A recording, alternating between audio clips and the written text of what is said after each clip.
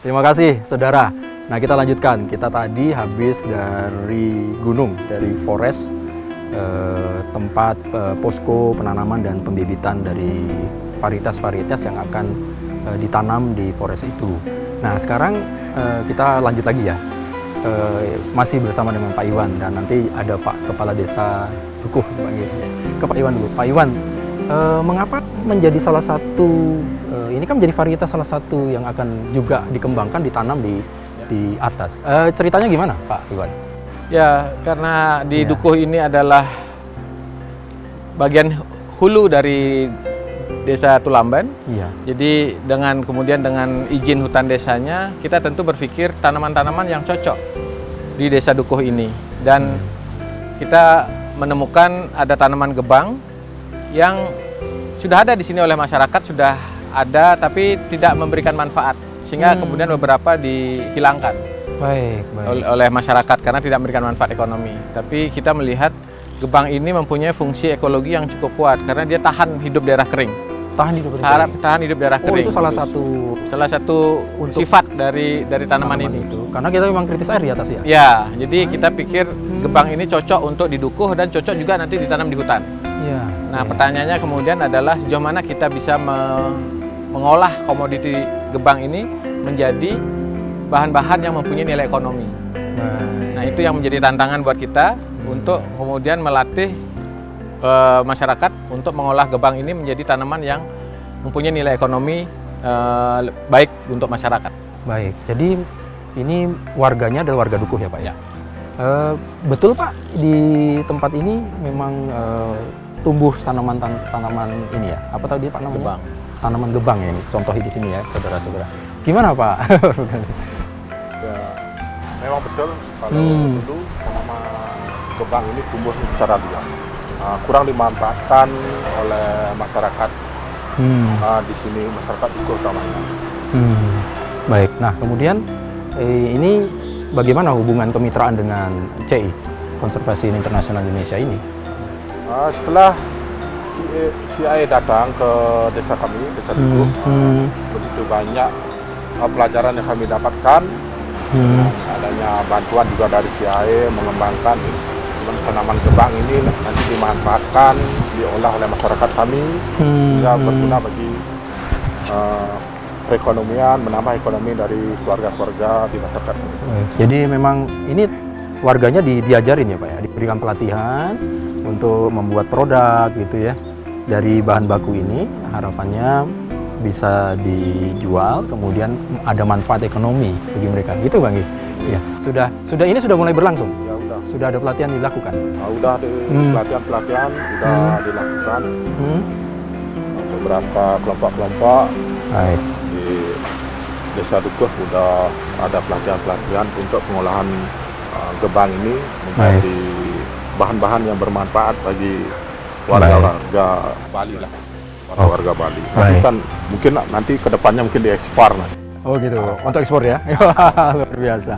Nah Pak Iwan, selain gebang, ada produk apa lagi itu yang dilatih kepada warga, kemudian menambah nilai tambah bagi mereka, nilai ekonomi yang bagus bagi warga?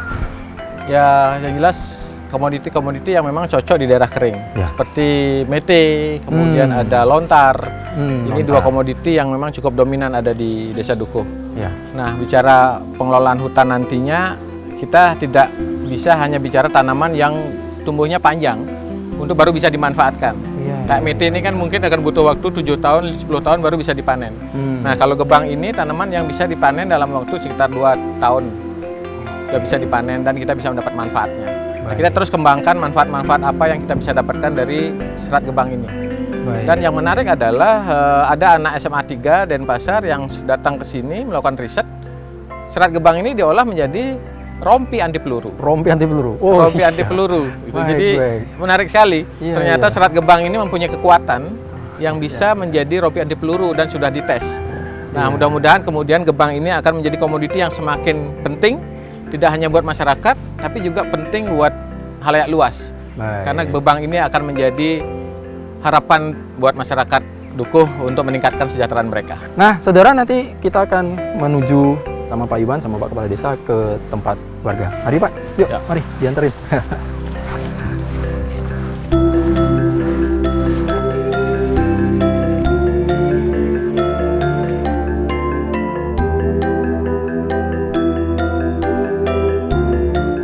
Om Swastiastu, Ibu-ibu. Om Swastiastu. Waduh. Wah ini Pak Iwan bisa dijelaskan.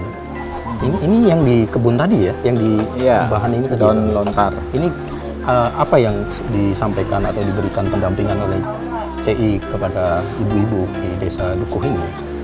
Ya, ini beberapa komoditi yang memang sudah ada di desa Dukuh sejak lama. Ya. Cuman secara ekonomi tidak begitu memberikan manfaat yang cukup buat keluarga. Sehingga mereka masih terus berjuang untuk kehidupan masyarakat ekonominya maupun untuk kebutuhan airnya. Nah, kami dengan ibu-ibu ini kita mengajak mereka untuk lebih mengoptimalkan produk dan komoditi yang ada. Jadi kalau dari daun lontar ini, jadi kemudian kita latih ibu-ibunya untuk menjadikan kotak ini. Oh ini Ya, besek jadi ya, besek ini ya. Oke. Kemudian dipadukan dengan gebang. Oh ini hasil ini tadi Ini serat gebang ya. dari kebun Yang dari kebun gebang ini seratnya yang kemudian oleh ibu-ibu diolah menjadi ada hiasan besek, kemudian ada bros, ada anting-anting, ada beberapa jenis hasil dari pengolahan serat. Jadi, Nah Pak Iwan, ini dengan ibu-ibu dari desa Dukuh ya? di desa Dukuh. Mana dengan ini Ibu Putu. Putu. Wah, Ibu Putu memang dilatih oleh kawan-kawan dari Konservasi Internasional CI. Apa yang dilatih Ibu? Ya pertama-tama saya dilatih untuk bikin tali dulu yang Tali dari bahannya ini, daun ini. yang Oh yang ini.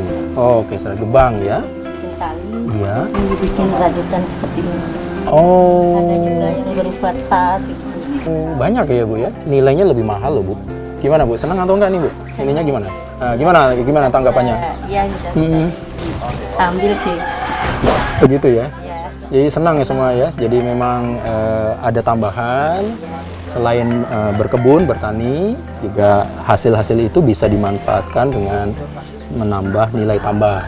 Nah Pak Iwan, kemudian bagaimana step ke depannya Pak Iwan? Apa yang diharapkan dengan pendampingan ini Pak? Ya. Mulai dari depan tadi Pak ya, kita sudah menanam, gimana Pak? Ini tentu tidak lepas dari bagaimana kita kerjasama dengan desa. Karena ibu-ibu ini adalah warga desa. Dan desa sekarang diberi ruang yang sangat besar dari pemerintah untuk memberdayakan dirinya sendiri lewat dana desa, lewat BUMDes yang didorong. Nah harapannya nanti akan ada BUMDes dibuat di desa yang akan menangani pemasaran dari produk-produk yang dibuat oleh ibu-ibu. Itu sehingga sistemnya terbangun. Jadi dari komoditi lokal, produk lokal dikelola oleh masyarakat lokal, dipasarkan oleh masyarakat lokal juga, sehingga ini akan menjadi satu rantai yang akan berjalan panjang. Mudah-mudahan CI terus bisa mendampingi masyarakat, warga, dan warganya senang, kesejahteraan bertambah, alamnya juga indah ya Pak ya, terjaga ya.